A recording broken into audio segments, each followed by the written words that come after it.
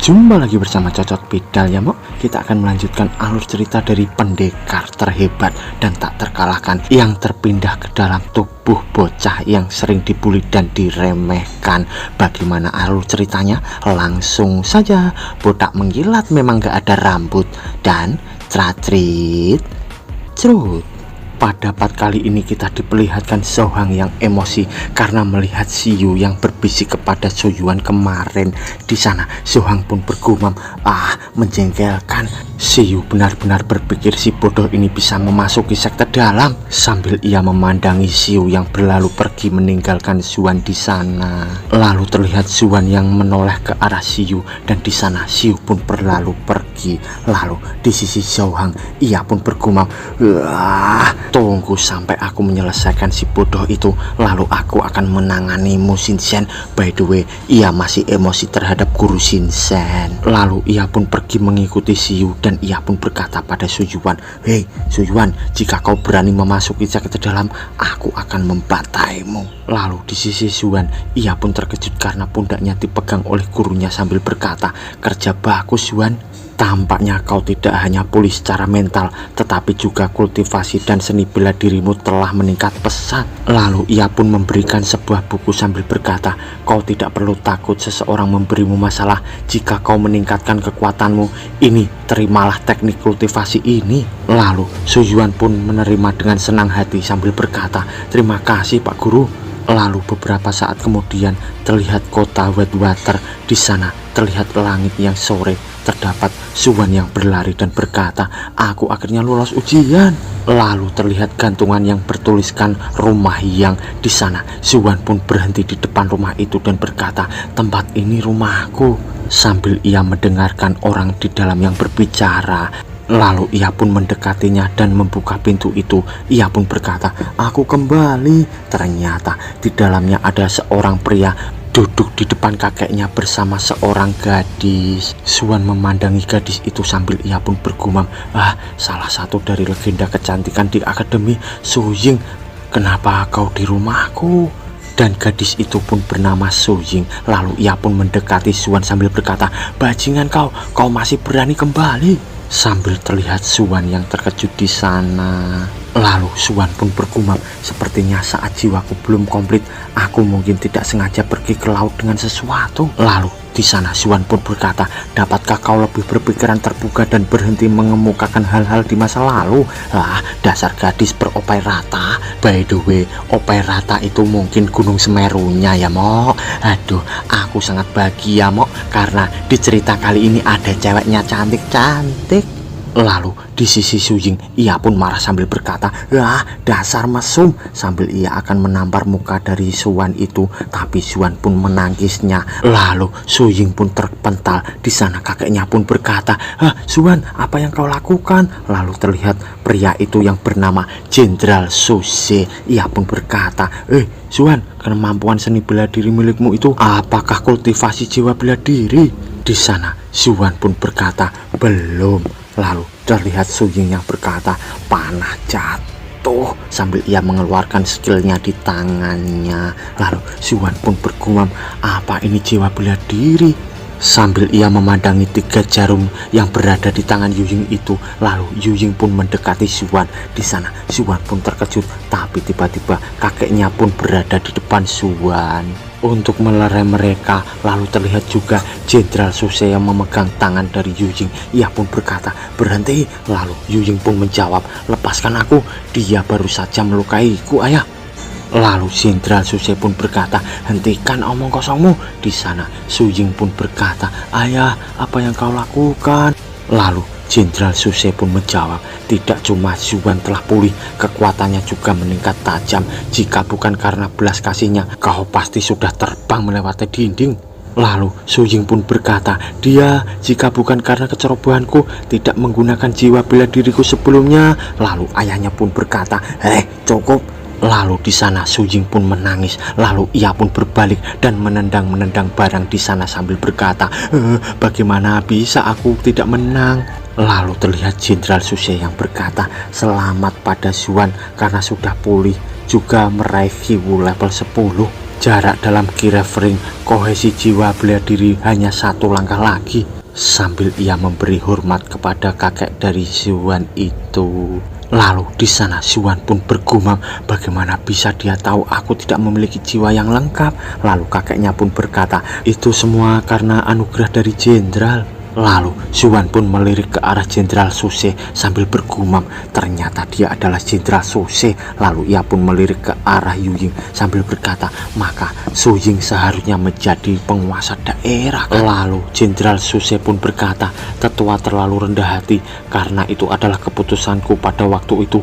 Perjanjian kita masih tetap sama. Zuan bisa pulih adalah karena nasib baiknya sendiri. Lalu kakek Zuan pun memberi hormat kepada Jenderal sambil berkata, aku juga tidak menyangka ini, aku juga cukup terkejut. Di sana Jenderal Suse pun berkata, sekarang karena Zuan telah pulih, maka masalah yang kita bicarakan. Tapi tiba-tiba Su Ying pun berkata, tidak mungkin, aku tidak akan pernah menikahinya. Di sana Zuan pun melihat ke arah mereka bertiga sambil berkata, menikah? Jenderal datang kemari untuk mengatur pernikahan. Lalu Jenderal Suse pun berkata, aku berhutang bantuan besar pada tetua. Aku berjanji padanya 3 hal sebagai balasannya. 1. Menyediakan sup semangat rumput yang diresepkan untuk tubuhmu setiap bulan. 2. Masuk ke Akademi Tianchong.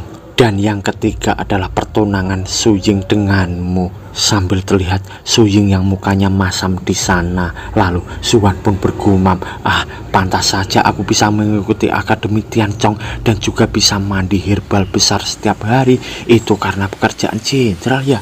Sambil ia membayangkan waktu mandi dengan ramuan herbal. Lalu di sana kakeknya pun berkata, hari ini adalah hari untuk memenuhi janji ketiga.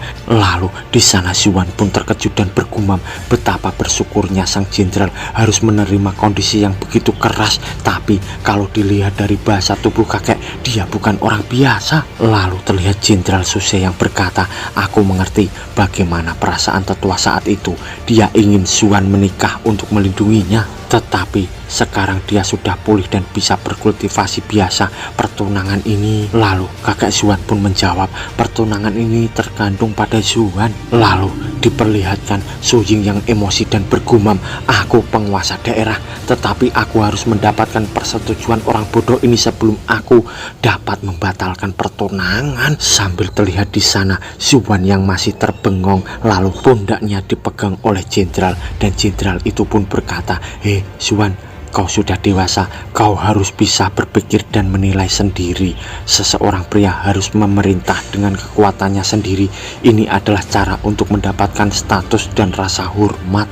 Lalu terlihat di sana Zuan yang terdiam dan ia pun bergumam, jenderal sedang memberitahu kalau aku tidak bisa mendapatkan status dan kehormatan jika aku menikahi Su Ying. Tidakkah kedua sisi senang dengan pernikahan? Lalu tiba-tiba Zuan pun berkata, apa yang jenderal katakan itu benar, kita harus membatalkan pertunangan ini. Sambil terlihat jenderal yang terkejut di sana. Lalu ia pun berkata, sungguh bagus Zuan, hutangku kepada tetua saat itu 3 hal telah dilunasi. Itu dianggap sebagai akhir yang sempurna. Sambil terlihat Jenderal Suse yang bergembira di sana. Tapi tiba-tiba kakek Zuan pun berkata, tunggu, karena pertunangan dibatalkan. Lalu di sana jenderal pun bergumam, orang tua ini ingin tobat. By the way, maksudnya ini apa? Momok juga nggak tahu. Orang tua ini ingin tobat ya, Mok. Lalu kakek Zuan di sana pun berkata, aku harap kau bisa menggunakan jiwa nether sebagai kompensasi. Lalu jenderal di sana pun tertawa, hahaha, itu dikatakan dengan baik. Aku melihat Zuan telah terjebak di peringkat 10 Kiwu untuk waktu yang lama. Dengan bantuan jiwa nether dan dia tidak hanya bisa mendapatkan jiwa bela dirinya, tetapi juga bisa menerobos ke realm Wujing. Lalu di sana terlihat Jenderal Suse yang berpamitan sambil berkata, jadi aku permisi, jiwa nether dan akan segera kukirimkan. Sambil mereka berdua pergi berlalu meninggalkan tempat tinggal dari Zuan. Lalu beberapa waktu kemudian terlihat lilin di sana. Zuan pun berkata, kakek. Lalu kakeknya pun menutup pintu sambil menjawab, aku tahu kau memiliki banyak keraguan. Kau akan memahami lebih banyak hal seiring waktu berlalu. Sose berpikir dia mengambil keuntungan. Aku takut dia akan menyesalinya di masa depan. Lalu di sana Suwan pun terbengong sambil bergumam, mungkinkah keluarga yang kami sebenarnya terkenal? Lalu kakeknya di sana pun berkata, meskipun gadis kecil itu cantik, dia masih jauh dari layak untukmu. Suwan, tunanganmu yang sebenarnya akan 1000 kali lebih baik darinya. Di sana di belakang kakeknya Suwan pun bergumam, tunangan lainnya. Apa yang terjadi, kek? Lalu tiba-tiba kakeknya pun tersenyum meringis di sana dan berkata, hehehe, kau hebat cucuku. Lalu Suwan di sana pun terbengong karena tingkah laku dari kakek itu, dan kakek pun berkata lagi, masalah kecil ini tidak disebutkan sebelumnya, tapi sekarang hal yang paling penting bagimu adalah meningkatkan kekuatanmu, seperti halnya telapak tangan yang dieksekusi dengan sempurna yang cukup kreatif. Lalu terlihat Suwan yang terdiam dan bergumam, tunanganku adalah masalah kecil, apa maksud kakek ya? Lalu Suwan pun berkata, kakek, tidakkah kau harusnya menjelaskan lebih banyak hal seperti sejarah keluarga kita? Di sana kakeknya pun menjawab, Suwan, kedua orang tuamu sangat kuat, namun sayangnya mereka dibunuh oleh beberapa bajingan. Ini menyebabkan jiwamu terpisah, tapi sekarang jiwamu telah pulih. Akhirnya aku terbebas dari kekhawatiran di pikiranku. Sambil terlihat di sana Suwan yang terbengong. Lalu kakeknya pun berkata lagi, ini adalah situasi saat ini. Kita perlu melatih jiwa bela dirimu untuk meningkatkan peringkatmu. Lalu aku akan menjelaskan lebih lanjut, cucuku. Lalu Suwan pun bertanya, apa jiwa bela diri itu, kakek? Lalu kakeknya pun membayangkan. Ia pun berkata, apakah kau pernah melihat panah lengan gadis muda itu? Sambil ia membayangkan Su Ying yang menggunakan 3 panah di tangannya itu. Lalu kakeknya pun berkata, jiwa bela diri adalah kondensasi dari esensi energi jiwa dan roh. Dengan kata lain, itu adalah manifestasi dari kultivasi seni bela diri seseorang. Setelah memadatkan jiwa bela diri, muncul tato jiwa bela diri di punggungmu. Lalu Suwan pun memanggil kakeknya dan kakeknya pun menoleh. Suwan pun berkata, ini tato jiwa bela diri kah, kakek? Lalu kakeknya di sana pun terkejut dan berkata, ini mustahil. Lalu ia pun menunjuk ke arah tato di pundak dari Suwan. Ia pun berkata, bagaimana ini bisa terjadi? Bagaimana? Sambil terlihat kakeknya yang lemas. Di sana Suwan pun berkata, kakek, kau baik-baik saja?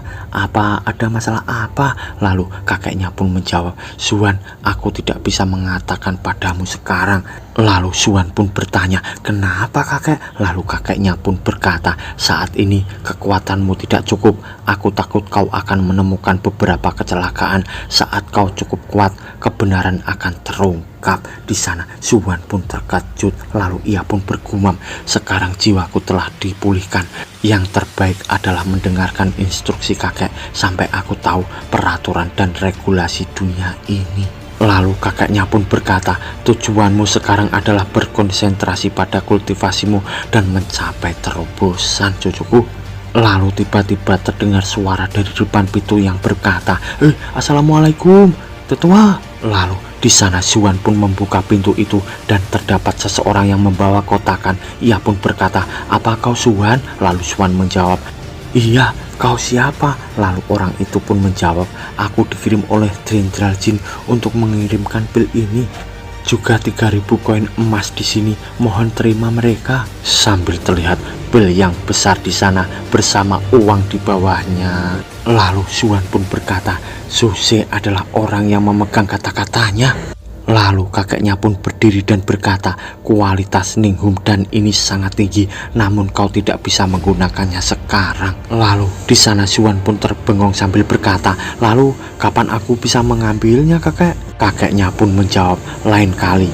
Tato di pundakmu diletakkan dengan paksa oleh orang yang sangat kuat. Di sana Suwan pun terdiam. Lalu kakeknya pun berkata lagi, tato jiwa bela diri ini disebut a rival under the heaven. Saat ini tato jiwa bela diri ke-10 paling kuat di seluruh dunia.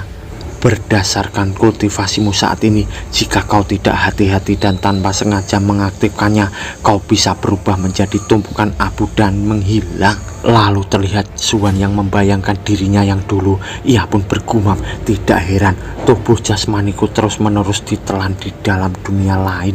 Pada usia 30 tahun, aku sudah tampak seperti berusia 100 tahun. Lalu ia pun memegangi pundaknya dan berkata, diberikan dengan paksa. Siapa orang itu? Mengapa mereka melakukannya? Lalu kakeknya pun berkata, dalam keseluruhan cerita, aku sudah menebak beberapa orang, tetapi aku tidak berani mengkonfirmasinya. Suan, pergilah berlatih teknikmu dulu. Tunggu sampai kau mencapai Huang Jinshi, lalu evaporasi tato itu dan padatkan jiwa bela dirimu. Dengan begitu tidak akan terlalu berbahaya. Di sana Suan pun berkata, mengerti kakek. Lalu kakeknya pun pergi dan berkata, sudah malam, sekarang pergilah beristirahat. Lalu Suan pun akan memasuki kamarnya sambil berkata, kakek, kau harus beristirahat juga ya. Lalu di dalam sana Suan pun bersila sambil bergumam, ternyata tubuhku sebelumnya ditelan oleh a rival under the heaven. Karena itu tidak cukup. Melihat reaksi kakek, sepertinya aku membuat hubungan dengan pria yang tak tertandingi. Tapi bagaimana kita membuat kontrak? Aku harus menemukan kebenarannya secepat mungkin. Lalu dari luar terdengar suara krek, dan di sana terlihat air yang dijatuhi daun. Lalu Suan pun mendengar suara itu dan ia pun berkata, apa itu? Lalu ia pun berlari sambil berkata lagi, jangan bilang kakek. Dan di sana terlihat kakeknya sudah tidak ada. Lalu ia melihat ke atas meja, terdapat sebuah buku dan terdapat juga sebuah surat dan sebuah barang. Di sana Suan pun membaca surat itu dan di dalamnya bertuliskan, Suan, kakek punya sesuatu untuk ditangani dan harus pergi. Jadi jangan khawatir, arrival under the heaven telah disegel sementara olehku, tapi itu terlalu mengerikan. Kau harus menggunakan kekuatanmu sendiri untuk tetap memeriksa dan menyeimbangkannya.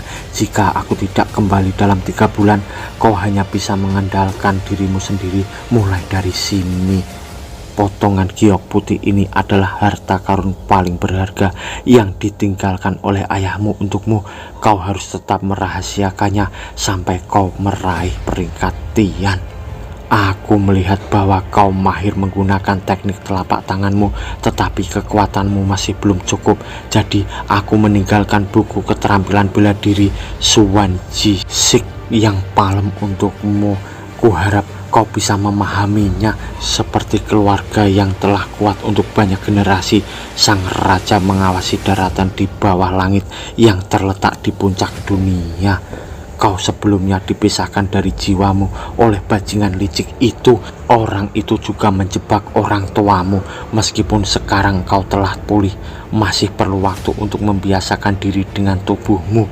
Untuk menjaga garis keturunan keluarga yang kita, kau harus menang. Di dunia ini, ahli itu seperti awan mengambang, harimau berjongkok, dan naga tersembunyi. Meskipun kamu berbakat, penting untuk diingat bahwa selalu ada seseorang di luar sana yang lebih kuat darimu. Selama aku tidak ada, ingat, jangan mencariku. Sambil terlihat Suan yang terdiam membaca surat itu.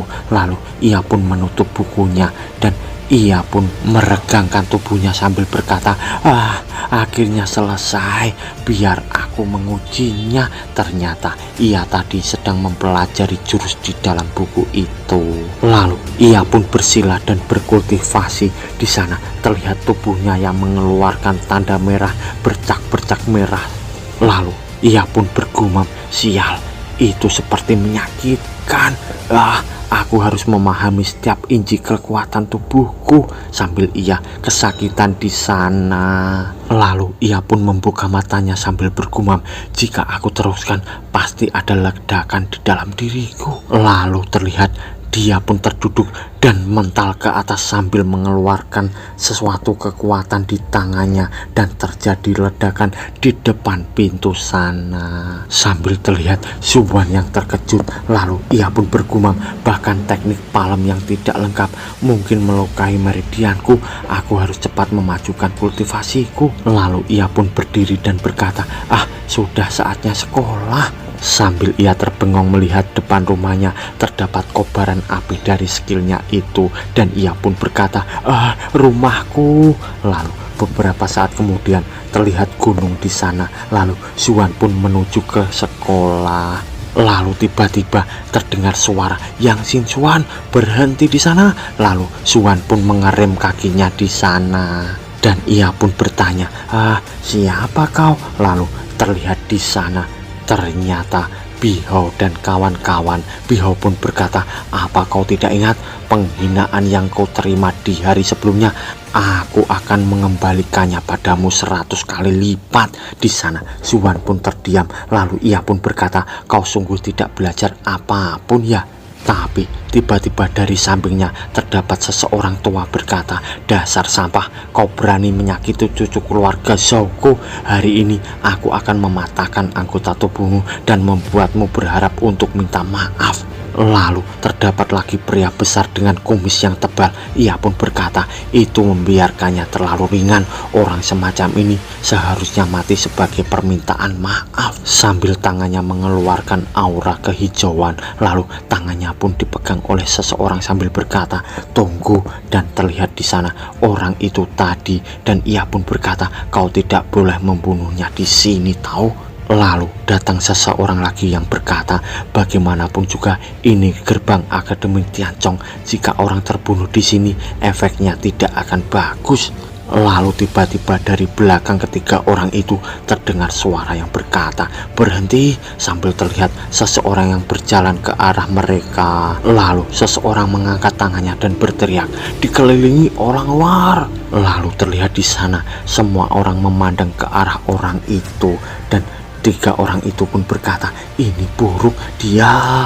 Di sana seseorang pun berkata, "Tim penegak hukum akademi. Kenapa ia datang ke sini?" Lalu di sisi tiga orang itu, orang tua itu pun berkata, "Tuhan, generasi muda dari ketiga keluarga kami yang merupakan murid di akademi ini telah dibuli oleh anak ini. Kemarin kami ke sini untuk mengumpulkan hutang kami." Lalu terdengar seseorang yang mendekatinya sambil tertawa, ternyata hanya seseorang yang dipukuli di akademi dan mencari dukungan kepala keluarga mereka untuk mendapatkan kembali reputasi mereka yang hilang, dan itu adalah Centing, tetua tim penegak hukum. Lalu ia pun berkata lagi, "Semua orang di sini tahu bahwa Suwan adalah orang yang paling dibully di sekolah, namun sebenarnya ada orang-orang yang dapat diintimidasi oleh Suwan." Sambil terlihat murid lainnya yang menertawakan itu. Lalu orang gendut besar itu pun berkata, "Sebenarnya kau lihat orang-orang ini bercanda, mencoba membuat keluarga kami kehilangan muka. Saya adalah penjaga kekaisaran dari batalion ke-7 dan wakil pemimpin skuadron ke-6." Sambil ia berbisik di sana. Lalu ia pun berkata lagi, "Dan mereka adalah wakil pemimpin skuadron ketiga dan wakil pemimpin skuadron ketiga batalion ke-4. Lalu orang tua itu pun menunjuk ke arah Suwan sambil berkata, "Kakek anak ini hanyalah seorang pengumpul sampah di akademi ini, kan?" Lalu seseorang murid di sana pun bergumam, "Mereka hanya memamerkan uang dan kehidupan mereka, jelas ingin memberitahu kita siapa yang harus kita bantu." Lalu pria besar dengan brengos yang tebal itu pun berkata, "Murid Chen, hanya bakat yang luar biasa dapat mengenali tren saat ini. By the way, tren saat ini maksudnya adalah sebuah ungkapan yang berarti orang bijak bisa tunduk pada keadaan, ya mo." Lalu di sana Centing pun berkata, "Sebagai anggota dari aula penegak, sudah tugasku menjaga keselamatan para siswa. Tapi Anda sebagai petugas penjaga kekaisaran tidak membela negara, tapi kemari menyebabkan gangguan pada akademi ini. Aku akan melaporkan masalah ini pada tetua Hong Mingyi dan ia akan menjelaskan kepada akademi." Sambil terlihat mereka bertiga yang terkaget dan ketakutan. Lalu orang besar yang berkumis tebal itu pun berkata, "Adik junior, mari menjelaskan masalahnya dengan tenang, tidak perlu bersemangat." Sambil terlihat Suyuan yang memandangi mereka sambil bergumam, "Akademi Tiancong memang kuat." Lalu terlihat dari belakang orang yang besar itu pun berkata, "Kapten, kami kesini untuk anak kami. Bukan untuk menciptakan masalah, tapi untuk mengikuti orang yang membuli cucuku." Lalu temannya pun menjawab, "Benar itu saudara." Lalu di sana Centing pun berkata, "Apa itu benar?" Lalu Suwan pun menjawab, "Tentu saja tidak." Lalu di sana Suwan pun berkata lagi, "Lusinan orang telah mendengar apa yang mereka katakan, mereka akan membunuhku kan?" Lalu beberapa murid di sana pun berkata, "Ya, itu benar, ia akan membunuhnya." Lalu terlihat di sana orang besar berkumis tebal pun berkata, "Adik junior, aku akui kami salah. Kami tidak seharusnya bicara omong kosong untuk menakutimu. Jadi tolong maafkan kami." Sambil mereka bertiga pun meminta maaf kepada Suwan. Lalu di sisi Suwan, ia pun tersenyum. Lalu ia pun berkata, "Aku ketakutan karenamu tadi, tapi aku tidak sembrono." Sambil terlihat ia berakting lemas di sana. Lalu orang besar berkumis tebal pun bergumam, bocah bau memberinya seinci dan dia akan mengambil 1 mil. Aku akan mengembalikan penghinaan ini ratusan kali." Lalu ia pun berkata, "Hei Guigo, ambil 1000 koin perak dan berikan pada adik yang ketakutan ini." Tapi di sana Suwan pun marah sambil berkata, "1000 koin perak? Apa kau memperlakukanku seperti pengemis? Hanya untuk biaya kompensasi itu tidak cukup. Lihat, karena kau tidak menggertak yang lemah dan tak berdaya, maka beri aku kompensasi 1 juta koin perak dari setiap keluarga." Sambil ia mengeluarkan sobekan baju dari bihau Zosang dan Huding kemari. Lalu di sana Suwan pun menunjukkan ke arah mereka baju yang bertuliskan itu sambil berkata, "Selain jumlah yang terutang, totalnya adalah 3.980.000 koin." Lalu di sisi bihau ia pun marah sambil berkata, "Apa? Dari mana datangnya 980.000? Kami jelas hanya meminjamu 98.000 kan? Kau mendapatkan untung dari kemalangan. Ini jelas pemerasan." Sambil terlihat di sana ia yang marah di hadapan Suwan. Lalu terlihat di sana pria besar berkumis tebal pun berkata, "Hei Sui Hao, diam." Lalu di sampingnya pria tua itu pun berkata, "Adik junior, kami tidak punya uang sebanyak itu sekarang, tapi apakah barang senilai 1 juta koin sudah cukup?" Di sana Suwan pun tersenyum sambil berkata, "Iya, tapi itu harus sesuatu yang kubutuhkan, contohnya cuiti atau pil." Lalu tiba-tiba pria besar berkumis tebal pun mengeluarkan botol dan ia pun berkata, "Ini adalah 9.000 cuiti dan pil termasuk botol penjaga ini. Ini hampir senilai 1 juta koin perak." Lalu di sana Suwan pun mengambilnya sambil berkata, "Memang, terima kasih." Lalu orang tua itu pun akan mengambil sesuatu sambil berkata, "Aku juga punya beberapa cuiti dan pil." Lalu Suwan pun tersenyum sambil berkata, "Cuiti dan pil sare ini cukup, terlalu banyak mengkonsumsinya akan menyebabkan perlawanan." Di sana pria tua itu pun melirik ke arah temannya sambil bergumam, "Sial, dia mengalahkanku untuk itu." Dan temannya pun bergumam itu juga. Lalu pria tua itu pun menggerakkan tangannya sambil bergumam, "Aku harus bergegas. Semakin cepat aku memimpin, semakin cepat aku menutup mulut anak ini." Lalu ia pun berkata, "Cincin penyimpanan ini senilai 1,2 juta koin perak." Sambil terlihat cincin yang melayang di tangannya. Di sana Suwan pun mengambilnya dan berkata, "Itu diterima." Lalu pria tua itu pun bergumam, "Akhirnya menutup mulut anak ini juga." Sedangkan teman yang satunya pun bergumam, "Sial, aku tidak bisa melakukan apapun. Aku hanya berharap anak ini tidak mengatakan apapun.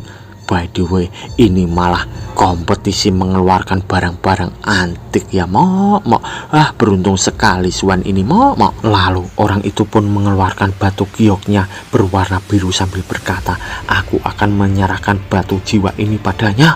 Lalu tiba-tiba dari belakang Suwan, murid lainnya pun berkata, "Batu jiwa, itu batu jiwa. Wow, ternyata keluarga Hu begitu sangat kaya sekali ya." Sambil terlihat batu jiwa itu yang dipegang orang tadi, dan ia pun berkata, "Batu jiwa ini adalah harta yang cukup berharga dan harganya juga cukup mahal, dan lagi batu jiwa fungsinya adalah untuk memperkuat jiwa bela diri seseorang seniman bela diri." Lalu dari belakang mereka seseorang murid pun berkata, "Bukankah itu batu jiwa yang sudah rusak dan tidak berguna lagi?" Lalu di sisi Suwan, ia pun bergumam, tanda Wu Huyin menanggapi batu jiwa yang sudah rusak ini. Apa ada sesuatu yang bagus dari batu itu? Lalu pria besar itu pun memandangi batu itu dan berkata, "Saudara Yue, batu jiwa ini sudah rusak dan tidak berguna lagi. Apakah kamu sedang bercanda dengan kami semua?" Di sisi pria pemilik batu giok itu pun berkata, "Ini tidak rusak sama sekali. Ini adalah batu jiwa yang terbaik yang aku beli waktu saat dilelang, dan lagi batu jiwa ini sangat mahal sekali." Lalu terdengar seseorang dari belakang yang berkata, "Percuma saja kau berkata seperti itu, karena batu jiwa itu sudah rusak dan tidak berguna sama sekali." Sambil terlihat orang itu pun terbengong, lalu tiba-tiba batu giok itu diambil oleh seseorang. Ternyata itu adalah Suwan, dan ia pun berkata, "Aku akan mengambilnya." Lalu mereka semua pun terkejut dan berkata, "Apa? Suwan mengambilnya?" Lalu dari belakang pria itu pun bergumam, "Kenapa aku merasa kalau diriku ini yang begitu dirugikan soal ini?"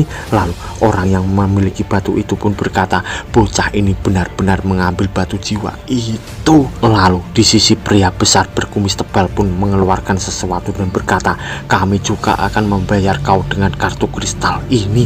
Sedangkan di sisi pria tua juga mengeluarkan kartu kristal, dan ia pun bergumam, "Bocah sialan, tunggu saja kau nanti. Aku akan membuatmu menderita suatu saat nanti."